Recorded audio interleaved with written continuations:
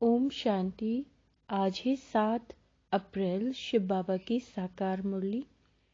सुनते हैं बाबा के मधुर महावाक्य। बाबा कहते हैं, मीठे बच्चे, तुम्हें डबल अहिंसक बनना है। क्या बनना है? डबल अहिंसक। कभी मनसा वाचा कर्मणा तुम कभी किसी को दुख नहीं दे सकते हो। प्रश्न है, कल्प कल्प जिन बच्चों ने बाप से पूरा वर्षा लिया है उनकी निशानी क्या होगी?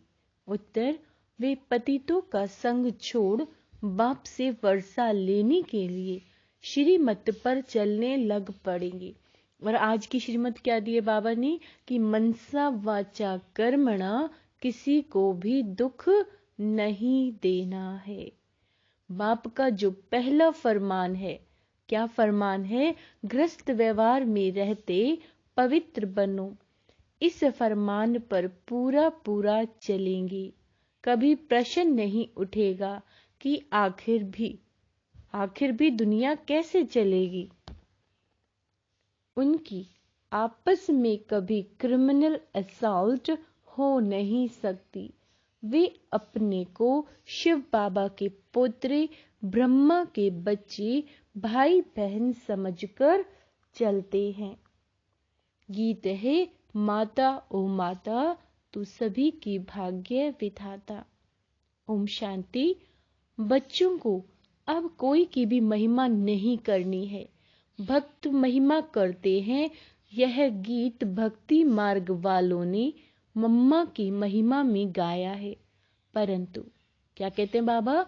परंतु बेचारे ये नहीं जानते कि मम्मा ने ऐसी क्या सेवा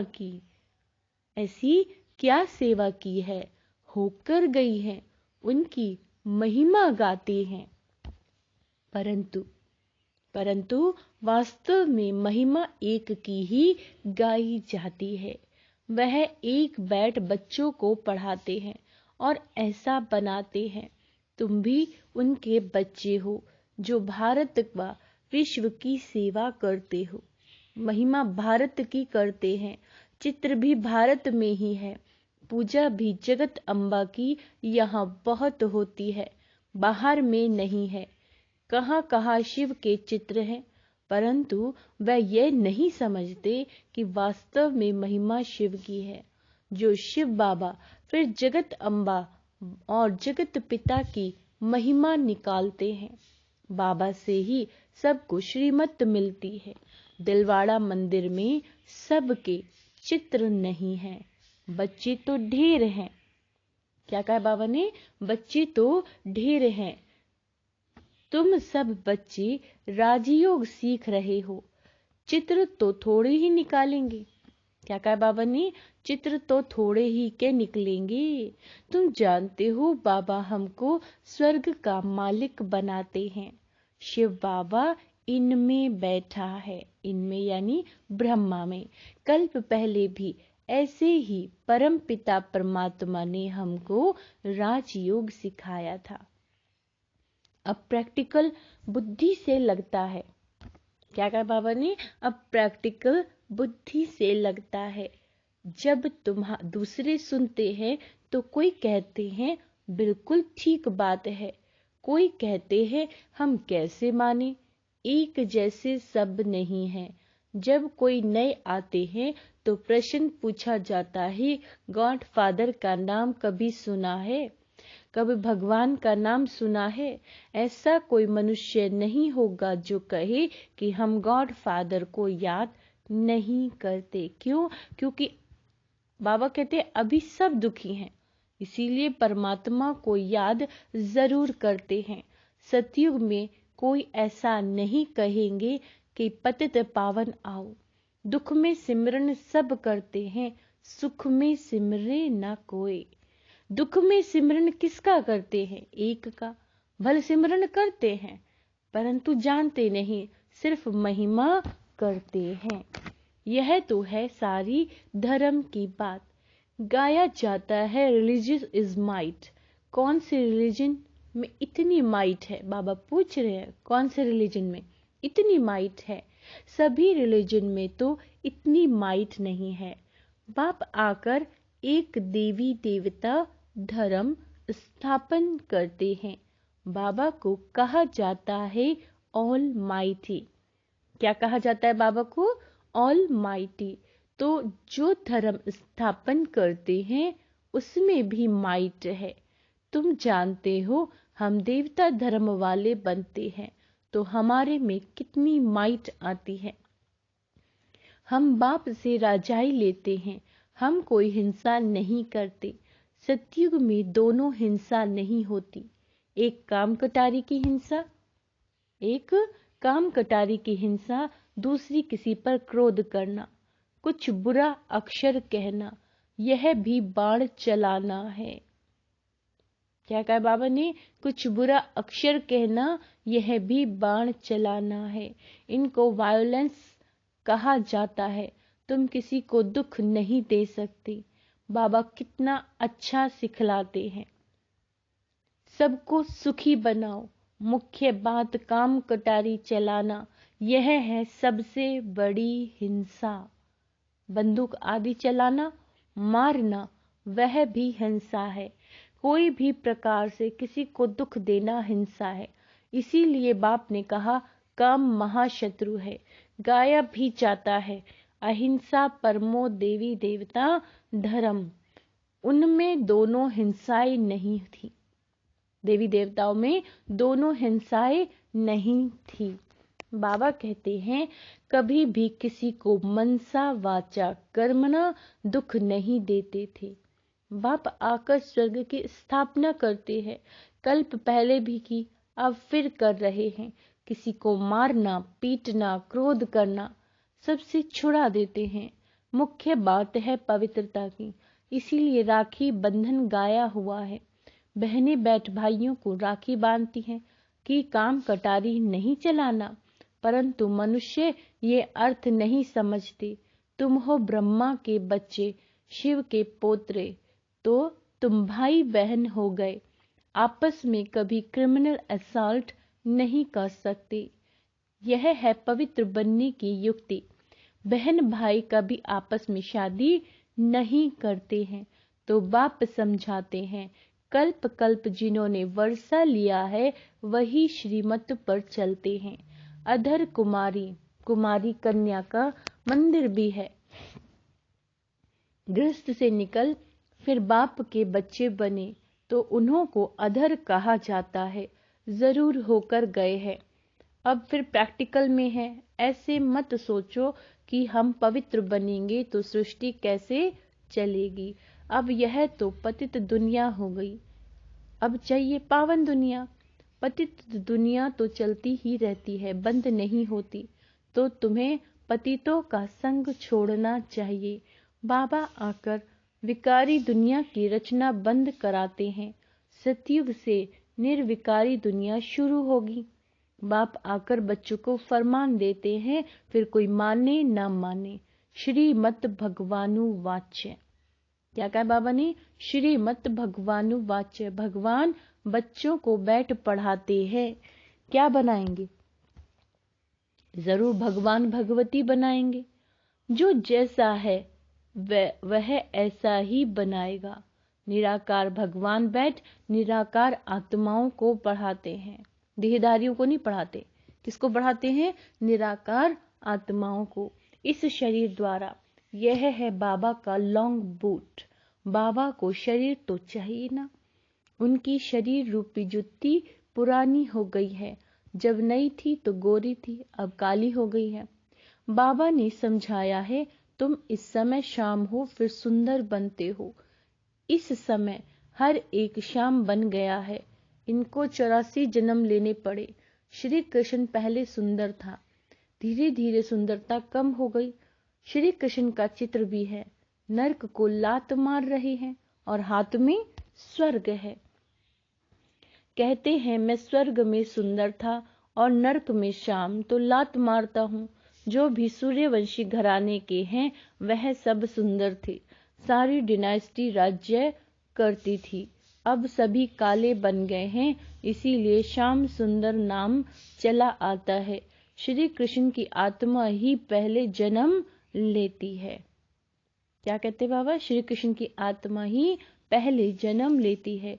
श्री कृष्ण के साथ सारी राजधानी भी है। सभी पुरुषार्थ कर रहे हैं फिर से गोरा बनने के लिए। कहते हैं काली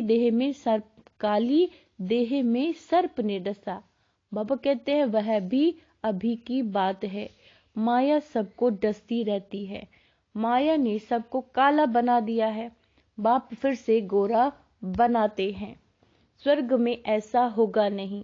वहां 21 जन्म सदा सुखी रहते हैं। अकाले मृत्यु कभी होता नहीं। अभी देवी राजधानी स्थापन हो रही है।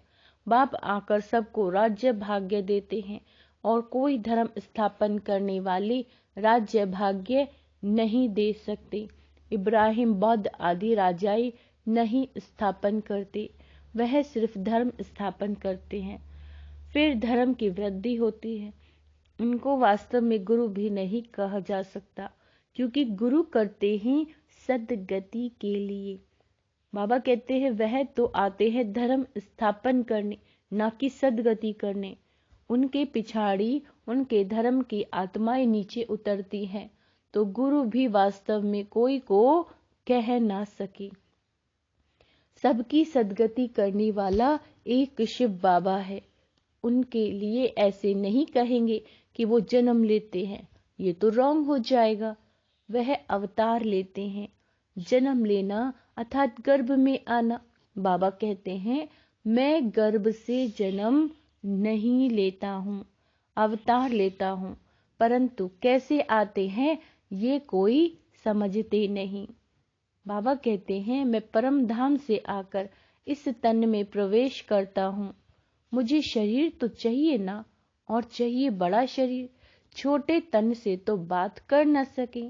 मैं अनुभवी रथ बहुत जन्मों के अंत के जन्म वानप्रस्थ अवस्था में आता हूँ। गीता में भी है कि मैं इनके जन्मों को जानता हूँ। यह अपने जन्मों को नहीं जानता था, अब तो जानते हैं। एक बार बता देता हूँ। पहले यह देवता था। 84 जन्म लेते लेते अंतिम जन्म में तब मैंने इसमें प्रवेश किया है। यह है कल्याणकारी जन्म। कैसा है? कल्याणकारी जन्म है। बाबा आकर इनके द्वारा पढ़ाते हैं, तो ये माता भी हो गई। वास्तव में यह है माता, परंतु सर्विस पिता के रूप में करते हैं। इसीलिए मम्मा को निमित्त बनाया है। तुम बच्चे भी उनके साथ निमित्त बनते हो। सबको स्वर्गवासी बनने का रास्ता बताते हो। मनुष्य मरते हैं तो कहते हैं स्वर्गवासी हुआ। वह पुरुषार्थ नहीं करते। हम तो स्वर्गवासी बनने के लिए पुरुषार्थ कर रहे हैं। सतयुग में लक्ष्मी नारायण थे। उन्हों को स्वर्ग का मालिक बनाने वाला कौन? जरूर नहीं थे तब बनाया। इसमें तकलीफ की कोई बात नहीं। बाबा सिर्फ राय देते हैं कि ग्रस्त व्यवहार में रहते इस अंतिम जन्म में पवित्र बनो। अब पुरानी दुनिया का विनाश होना है। सतयुग में रावण को जलाते नहीं। मनुष्य कहते हैं यह रस्म अनादि चली आती है, परंतु कब से चली जानते नहीं। द्वापर से रावण को जलाना शुरू किया। रावण का कोई ठिकाना नहीं। शिव बाबा का ठिकाना है परम धाम। रावण का धाम कहाँ है? वह सभी में प्रवेश कर लेता है, कोई एक ठिकाना नहीं है। बहुत गहरी बात बाबा ने बताई है कि जो रावण है वह सभी में प्रवेश कर लेता है, कोई एक ठिकाना नहीं है। जब रावण का राज्य पूरा होगा सभी पावन बन जाएंगे। फिर रावण का नामो निशान भी नहीं होगा। राम और रावण दो चीज हैं।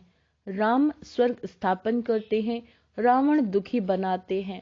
मैं कोई सर्वव्यापी नहीं हूँ, रावण सर्वव्यापी है। फिर मैं आकर इन भूतों को निकालता हूँ। यह भूत ही सभी को दुख देते हैं। इन भूतों पर विजय पहनाकर स्वर्ग का मालिक बनाता हूँ। तुम बच्चे सभी स्वर्गवासी बनने के लिए पुरुषार्थ कर रहे हो। वह लोग कहते हैं स्वर्गवासी हुआ, तो फिर रोते क्यों हो? वहां तो वैभव ही वैभव है। मनुष्यों को स्वर्ग ही याद पड़ता है, परंतु पुनर्जन्म फिर भी नरक में ही लेते हैं। तुम जब स्वर्ग में हो तो पुनर्जन्म सतयुग में ही मिलता है। अब नरक बदल स्वर्ग आने वाला है। दुख की दुनिया बदल स्वर्ग की दुनिया, सुख की दुनिया आने वाली है। अब सर्व की सद्गति दाता आया है सबको सुख देने के लिए। अच्छा, मीठे मीठे सिकीला दे बच्चों प्रति माता पिता बाप दादा का याद प्यार और गुड मॉर्निंग। रूहानी बाप के रूहानी बच्चों को नमस्ते। हम रूहानी बच्चों की रूहानी बाप दादा को याद प्यार, गुड मॉर्निंग, नमस्ते मीठे बाबा, शुक्रिया बाबा, शुक्रिया। धारणा के लिए मुख्य सार। बाबा कहते हैं डबल अहिंसक बन मन वचन कर्म से, डबल अहिंसक बन मन वचन कर्म से किसी को भी दुख नहीं देना है। पवित्रता की सच्ची राखी बांधनी है। पवित्रता यानी किसी को भी दुख नहीं देना है। पतितों का संग छोड़ एक बाप के फरमान पर ही चलना है।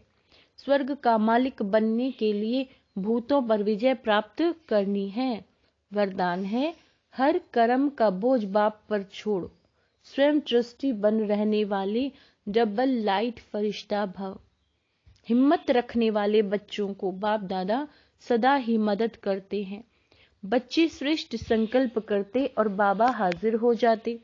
सिर्फ बाप के ऊपर सारे कार्य छोड़ दो तो बाप जाने और कार्य जाने। खुद अपने ऊपर जिम्मेवारियों का बोझ नहीं उठाओ। ट्रस्टी बनकर रहो तो सदा हल्के डबल लाइट फरिश्ता बन उड़ते रहेंगे। दिल साफ है तो मुराद हासिल हो जाती है। स्लोगन है उमंग उत्साह के पंख साथ हो तो उड़ती कला में उड़ते रहेंगे। अच्छा, ओम शांति।